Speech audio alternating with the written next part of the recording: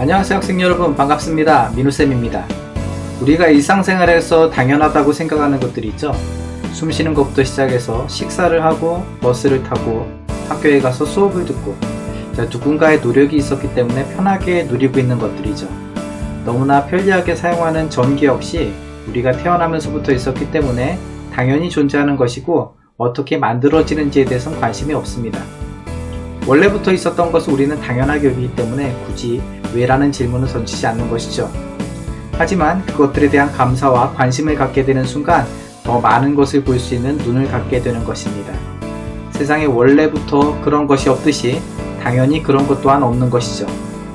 지금 수업도 뭔가 의미 있는 순간이 되었으면 좋겠네요. 오늘은 전기의 발생, 발전기의 원리에 대해서 학습합니다. 지금부터 학습이 시작하겠습니다.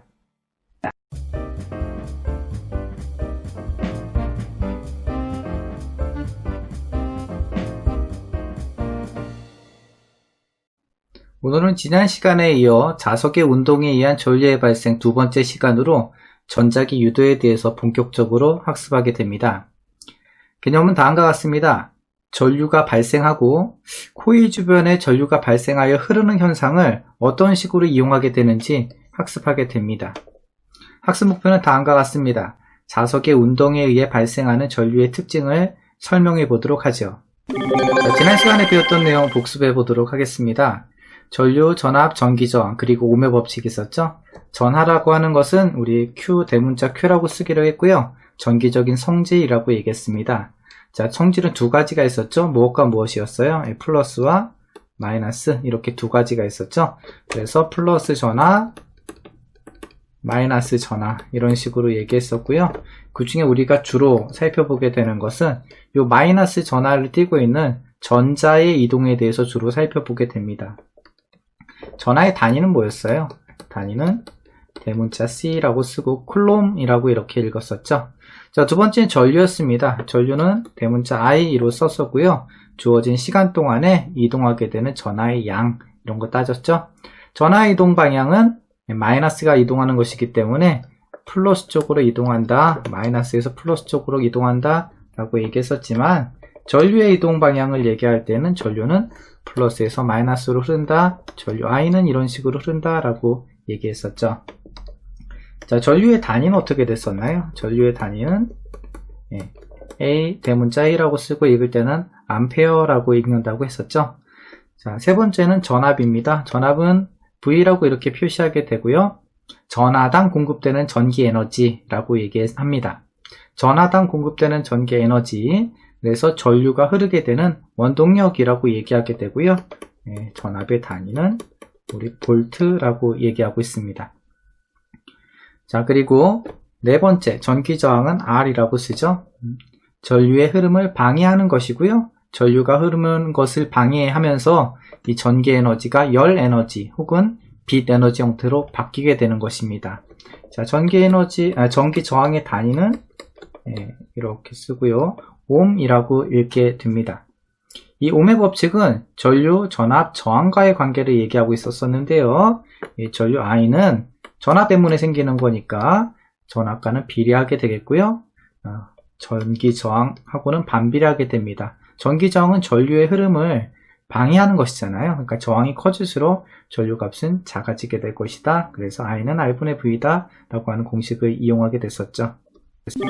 전류가 흐르면 주변에 자기장이 발생하게 됩니다. 그래서 오른나사 법칙이라고 우리 알고 있죠. 웨르스티드가 발견했던 내용인데요. 전류가 이렇게 플러스에서 마이너스로 흐른다 라고 한다면은 이때 자기장은 이런 식으로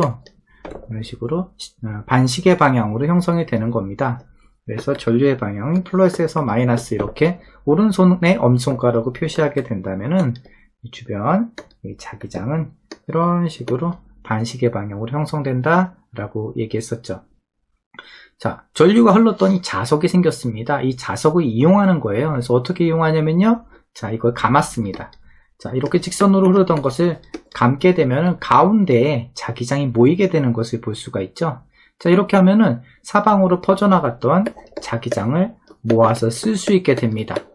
자, 사람들은 똑똑해서요, 여기서 멈추지 않죠. 한 번 감겨 있던 것들을 여러 번 감게 됩니다. 원형으로 됐었던 코일을요, 여러 개 겹쳐 놓게 되는 건데요. 자, 이렇게 여러 번 겹치는 것도 힘들잖아요. 그래서 어떻게 만드냐면은, 하나의 전선을 여러 번 감아서 코일을 만들게 됩니다.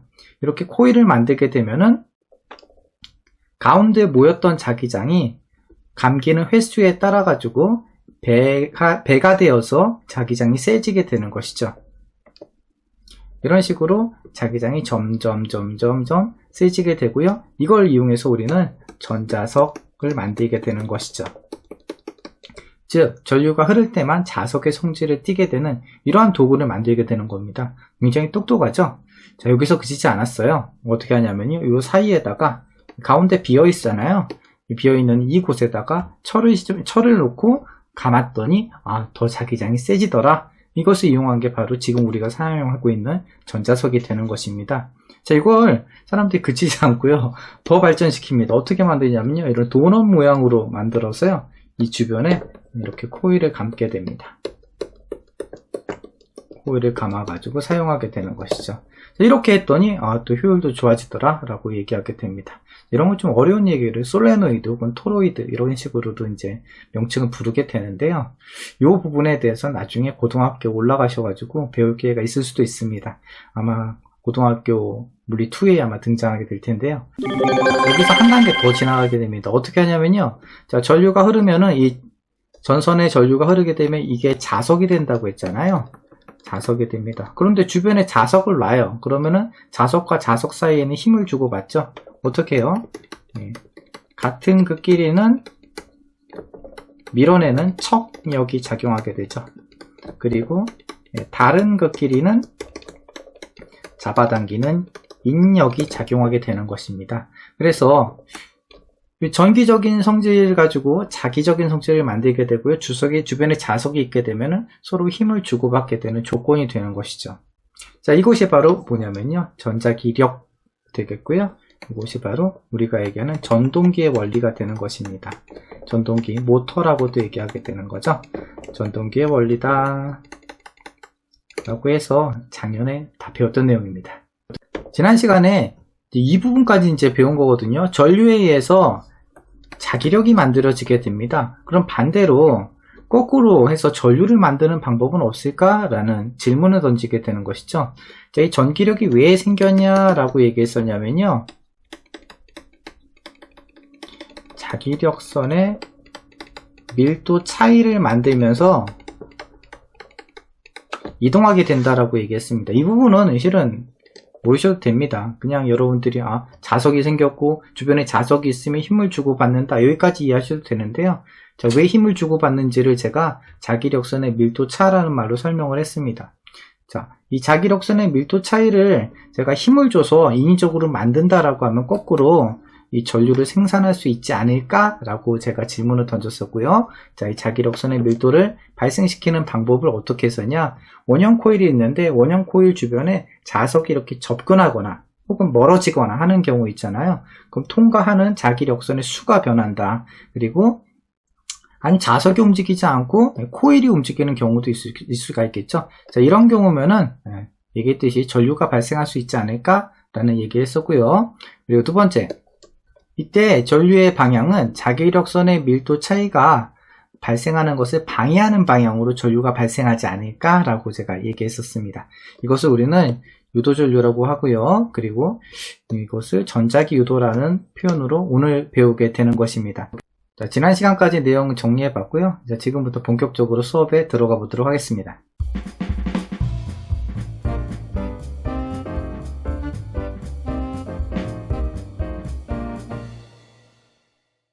자, 교과서 220페이지 보시면요, 들어가기 내용이 있죠. 자, 어두운 밤입니다.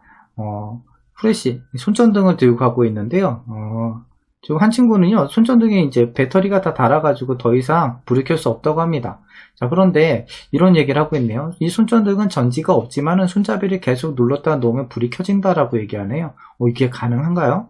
자, 이거 손발전기라고 얘기하죠. 이 손발전기에서는 전기를 어떻게 만들 수 있을까요? 발전기라고 하는 것은 전기를 만드는 겁니다. 전기를 발생시키는 건데요. 아까 얘기했듯이 전기를 발생시키는 방법이 두 가지가 있게 돼요. 하나는 자석이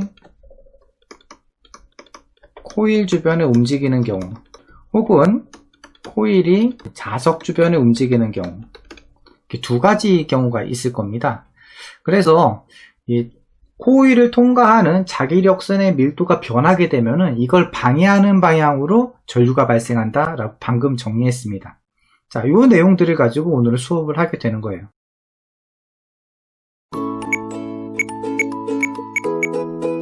간단한 발전기의 원리를 살펴보도록 하죠. 교과서에 나와 있는 휴대용 손전등입니다. 손으로 손잡이를 눌러서 혹은 손잡이를 돌려서 전기를 생산하는 손전등인데요. 이렇게 자석을 움직여서 전기 에너지를 만들어내게 됩니다. 자, 간이 발전기를 만들 수도 있습니다. 플라스틱 바늘에다가 코일을 여러 번 감습니다. 그리고 양 끝에 에나멜선을 사포로 문지르게 되죠. 전류가 잘 흐르도록 저항값을 줄여줍니다. 자, 이때 코일을 감고 있는데요. 굉장히 여러 번 감고 있죠. 자, 이렇게 감아도 생산되는 전기량은 그다지 많지 않습니다. 사포를 이용해서 나와 있는 전선을 이렇게 닦아주고 있죠. 자, 이렇게 하면은 저항값이 줄어들어서 전류값을 잘 볼 수가 있게 됩니다. 양 끝에 발광 다이오드를 연결하게 되는데요. 발광 다이오드는 이제 LED라고도 얘기하죠. 플러스 마이너스가 정해져 있습니다. 다리가 긴 쪽이 플러스, 짧은 쪽이 마이너스였죠.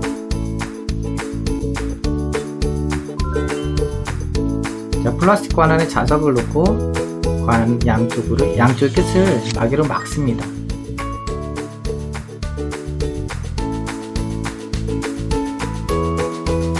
자, 네오디뮴 자석이죠. 네오디뮴 자석은 굉장히 센 자석입니다. 자, 이 상태에서 플라스틱 관을 흔들면 자석이 위아래 움직이겠죠. 이렇게 되면서 코일을 통과하는 자기력선의 수가 변하게 됩니다. 이때 불이 켜지게 되는데요. 들어올 때랑 나올 때 전류의 방향이 달라지기 때문에 불은 켜졌다 꺼졌다를 반복하게 됩니다.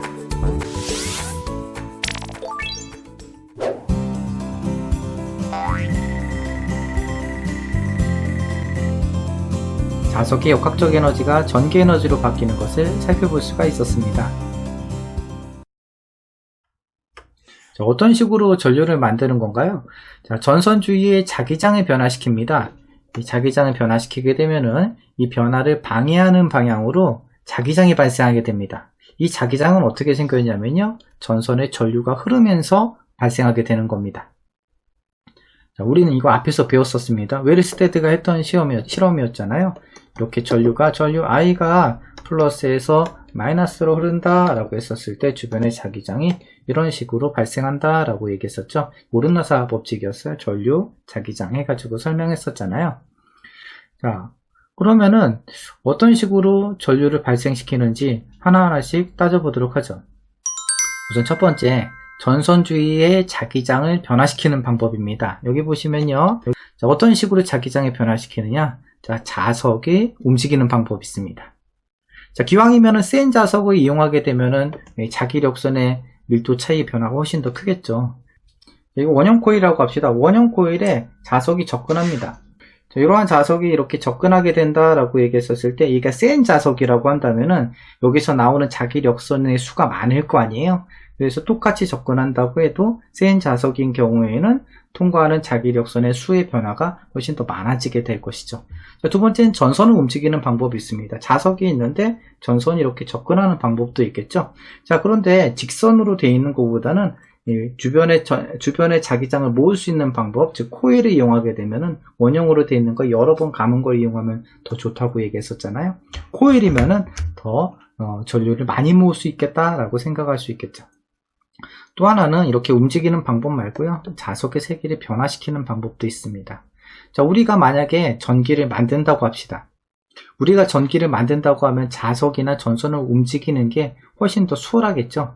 자석의 세기를 변화시키려면 이건 좀 곤란할 겁니다. 그래서 우리가 만드는 발전기 같은 경우에는 자석을 움직이거나 혹은 전선, 코일을 움직여서 전기를 생산하게 되는 것이죠. 자, 두 번째입니다. 전선 주위의 자기장의 변화가 빠를수록 방해하는 방향으로 발생하는 전자의 이동도 빠르게 될 겁니다. 변하는데 빨리 움직이는 거예요. 예를 들어 아까 얘기했었잖아요. 이게 지금 코일인데 코일 안에 전자들이 있습니다.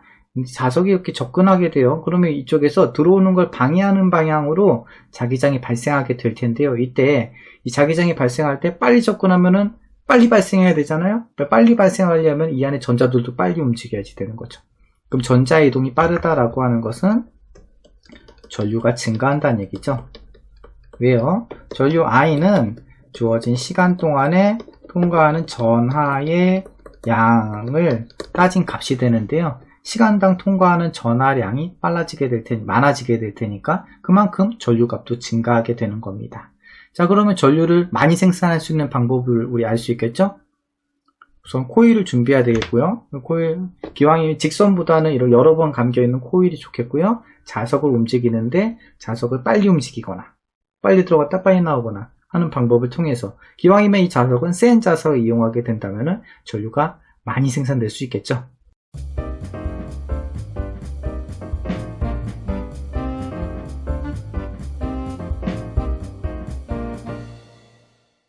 자, 해보기 실험을 통해서 보죠. 자석을 코일 속에 움직일 때 전류가 발생하면 설명해 보도록 하겠습니다.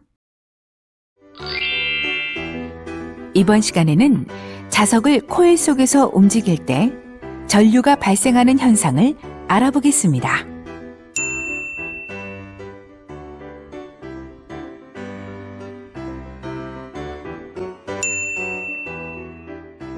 코일의 검유계를 전선으로 연결합니다. 검유계라고 하는 것은 전류가 흐르는 여부를 확인할 수 있는 도구입니다.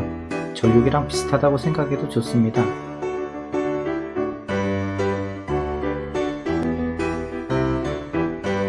플러스 마이너스 같은 극끼리 연결해야 되고요.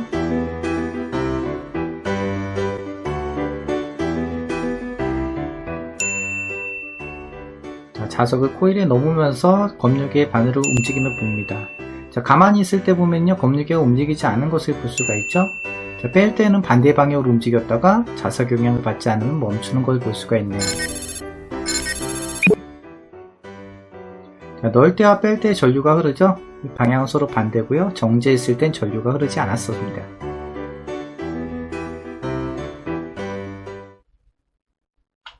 실험 내용을 하나씩 다시 보도록 하죠. 코일에 검유계를 연결하고 그린 가와 같이 코일을 자석에 넣으면서 검유계의 움직임을 살펴보자고 되어 있습니다.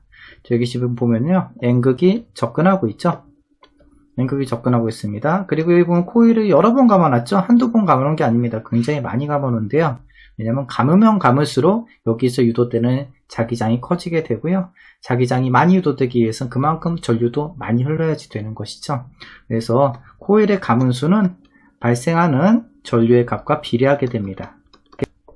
이렇게 발생하는 전류의 양과 관계되는 거죠. 그래서 코일의 감은수가 많을수록 전류량도 증가하게 된다라는 걸 알 수 있습니다.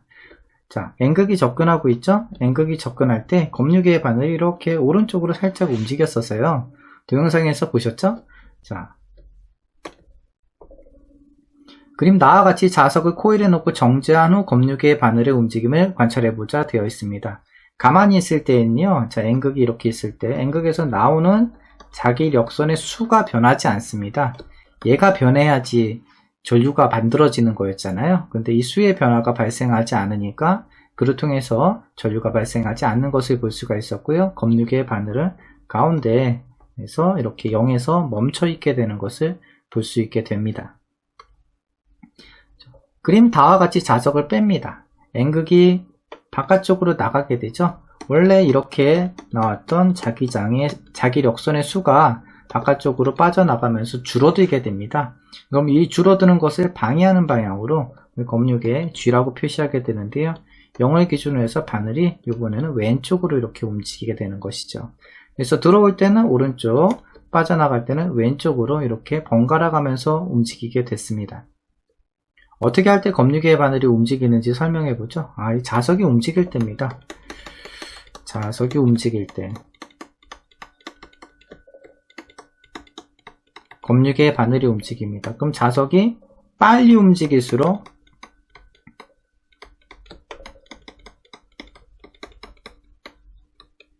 검류계의 바늘이 많이 움직이겠죠.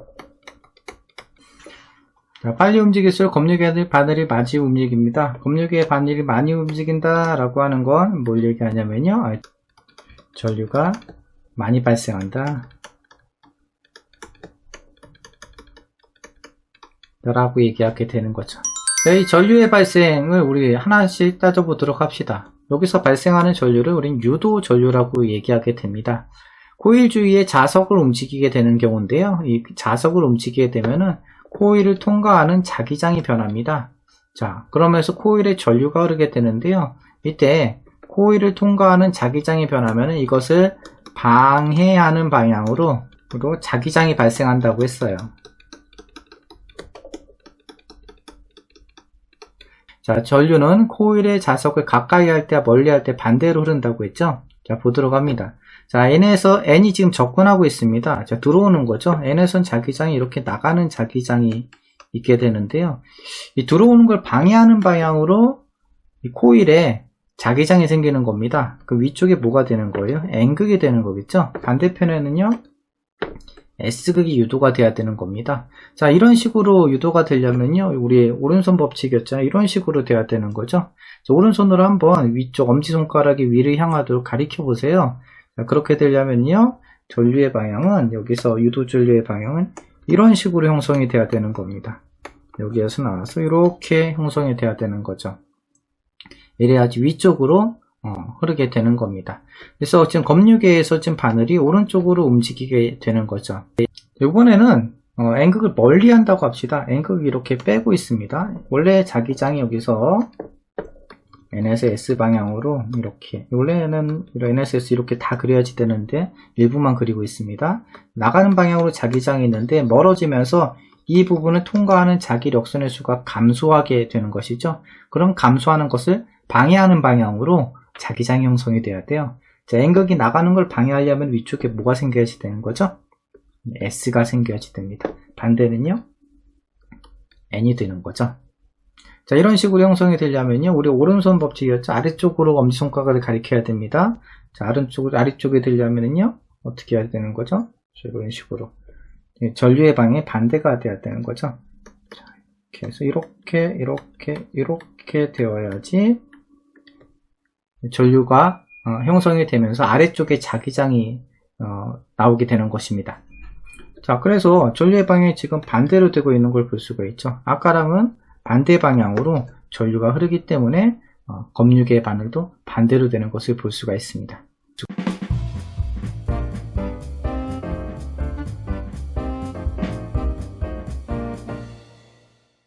전류의 발생 유도 전류인데요. 표로 한번 정리해 봤습니다. 자, N극이 가까이 할 때, S극이 가까이 할 때, N극을 멀리 할 때, S극을 멀리 할 때 이렇게 되어 있죠. 자, 여기선 자석이 접근하는 이 부분만 주로 살펴보시면 됩니다. 이 부분만 보시면 돼요. 자, N극이 가까이 와요. N극이 가까우면 들어오는 걸 어떻게 하는 거죠? 방해하게 되는 거죠. 그래서 가까운 쪽이 뭐가 돼요? N극이 돼야 됩니다. 자, 이거는 S극이 가까이 오면은 이쪽엔 뭐가 돼야 되는 거예요? S극이 돼서 방해해야지 되는 거죠. 반대로 이번에 N극이 빠져나가고 있습니다. N극이 빠져나가는 것도 싫어요. 그래서 여기는 S극이 유도돼야 되는 거고요. 자, S극이 멀어지는 경우에는 여기에 N극이 유도돼야 되는 거죠. 자, 이런 식으로 얘기하면은 다 됐습니다. 우리는 주로 N극의 방향을 살펴보면 되는 겁니다. 왜요? 오른손의 엄지손가락이 N극이라고 얘기했었잖아요. 자, 나머지 손가락을 감싸는 방향이 유도되는 유도전류의 방향이 되는 것이죠. 그래서 하나씩 보시면은요, 이쪽이 N극. 자, 첫 번째 여기부터 보시면은 N극이 접근하는 경우에는 가까운 쪽이 N극이 되면서 전류의 방향 이런 식으로 감싸지게 되는 거죠. 이렇게 형성이 되는 거죠. 그래서 전류는 이렇게 흘러서 이렇게 가는 걸 볼 수가 있습니다. 자, 헷갈리시죠? 자, 이거 중간권 보시지 마시고요. 어디만 보면 되냐면요, 시작하는 부분만 보면 됩니다. 자, 보면은 N극이 형성되어 있잖아요. N극 쪽으로 감싸요. 이렇게 감싸주면은 자, 들어가는 방향 이런 식으로 전류가 들어가야지 되는 거죠. 나머지 방향은 똑같이 그려주시면 되는 거예요. 똑같이 그려주고 반대편에서는 이렇게 나오게 되는 거죠. 그럼 전류는 이쪽에 플러스, 여기는 마이너스가 되는 겁니다. 자, 이런 식으로 전류가 흐르게 돼요. 그럼 여기서는 이런 식으로 전류가 흐르겠죠. 자, 이거 그 옆에 S극을 가까이 할 때입니다. S극을 가까이 하면은 가까운 쪽은 S극, 먼 쪽은 N극이 되죠. N극 쪽으로 엄지손가락을 표시해 보세요. 나머지는 감싸서 이렇게 안쪽으로 들어가서 오른쪽이 N극이 되는 거잖아요. 그럼 전류는 이렇게 흘러서 감싸서 이렇게 나오는 게 되는 겁니다. 중간 거는 같은 방향으로 그려주시면 돼요. 그러면은 전류는 플러스에서 마이너스로 흐른다고 했으니까 자, 플러스에서 마이너스. 자, 이번에 N극을 멀리합니다. N극을 멀리하면은 S 가까운 쪽에 S쪽, 먼 쪽은 N쪽 N극이 되는 거죠. 똑같은 방법으로 하시면 돼요. 오른손 엄지손가락 N극 가리키면 나머지 방향 이런 식으로 N극 되겠죠. 이런 식으로 N극 N극 N극 가리키는 방향으로 이런 식으로 플러스에서 마이너스로 전류가 흐른다. 이쪽에서는 이렇게 흐른다 라고 얘기할 수 있겠죠. 반대로 S극이 멀어지는 경우는 가까운 쪽에 N극이 되는 것이죠. 그래서 이렇게 됩니다. 시작은 안쪽으로 감싸지는 방향, 이렇게 전류가 흐르니까 플러스에서 마이너스로 흐른다, 이렇게도 얘기할 수 있겠네요. 이렇게 N극이 가까이 할 때, S극이 가까이 할 때 유도되는 전류의 방향이 반대가 되고요. N극을 멀리할 때, S극을 멀리할 때 발생하는 전류의 방향이 반대로 되는 것을 볼 수가 있습니다. 코일에 전류가 발생하여 흐르는 현상을 이용하는 예들이 있죠. 지금 전기를 발생하는 경우입니다. 자, 얘기했듯이 자가 발전 손전등이라고 되어 있죠. 여기서는 지금 누릅니다. 손잡이를 누르게 되면 여기는 자석이 코일 가운데 코일이 있고요. 자석이 움직이면서 전류가 발생하는 거고요. 마찬가지로 이렇게 지금 운동기구가 있잖아요. 집에서 운동하는 도구잖아요. 자전거 타고 있는데요. 자전거 바퀴를 돌리게 되면은 여기서 자석이 움직이면서 코일에 전류가 발생합니다. 마찬가지로 이 킥보드에도 불 들어오는 킥보드 있잖아요. 혹은 뭐 인라인 같은 경우도 마찬가지인데요. 코일이 있고요. 그리고 바퀴에 자석이 있습니다. 그래서 자석이 움직이면서 코일에 전류가 발생하게 되는 예들이 되는 것입니다.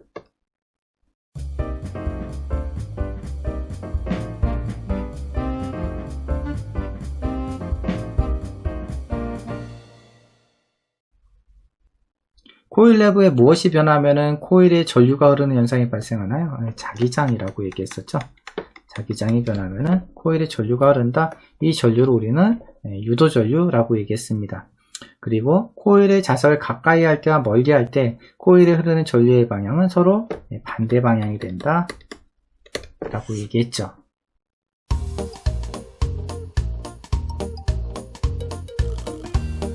오늘은 전기를 만드는 원리에 대해서 더 깊이 학습하였습니다. 교과서의 내용보다 많은 내용을 설명했기 때문에 다소 힘들었을 겁니다. 내용을 꼭 정리하시면서 수업을 듣는다면 좋겠네요. 원리를 머릿속에 정리한 다음에 전기의 발생 과정을 친구나 가족들에게 설명한다면 더 오래 기억에 남을 겁니다. 자, 오늘도 수고 많으셨습니다.